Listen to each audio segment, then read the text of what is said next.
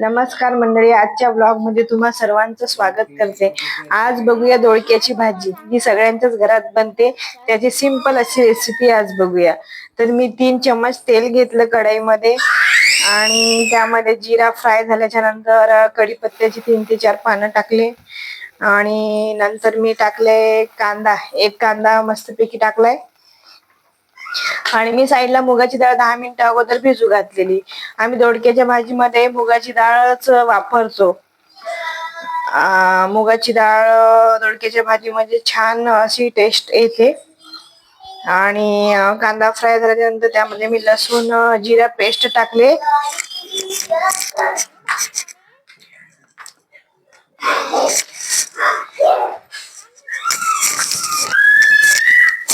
ते छानपैकी फ्राय झाल्याच्या नंतर मी त्याच्यामध्ये मिरचीचा ठेचा, हिरव्या तिखट मिरचीचा ठेचा टाकलाय।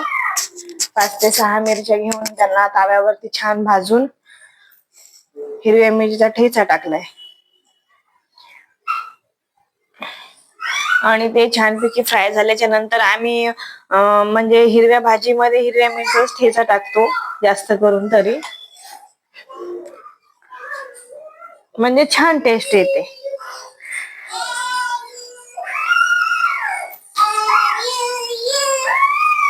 त्यानंतर मी मुगाची डाळ जी अगोदर भिजू घातली होती,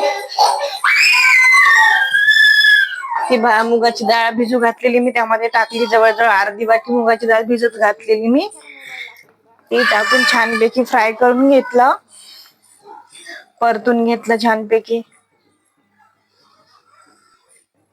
मग त्यामध्ये हळद, थोडासा अर्धा चम्मच गरम मसाला,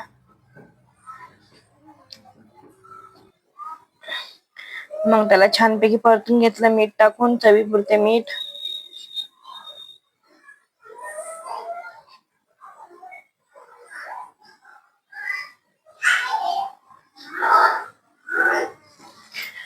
त्यानंतर मी त्यामध्ये जे दोडके छानपैकी चिरलेले आणि धुवून घेतले छानपैकी आणि मग ते सगळं मिक्स करून घेतलं व्यवस्थित।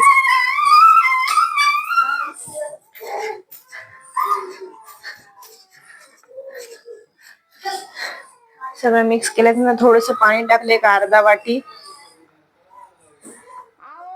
भाजी शिजण्यासाठी। आणि डाळ पण भिजलेली असल्यामुळे जास्तच काय डाळीला असं जास्त वेळ ठेवायची गरज नाही, म्हणजे लवकर मऊ पडून जाते अगोदर भिजू घातल्यानंतर। आणि मग मी थोडा वेळ झाकून ठेवलं छानपैकी मिक्स करून। एक 10 मिनिटाच्या नंतर भाजी मस्त अशी शिजली, भाजी बघू शकता तुम्ही, आणि खूप अशी टेस्टी पण झालेली। तुम्ही नक्की ट्राय करा। Thank you for watching my video.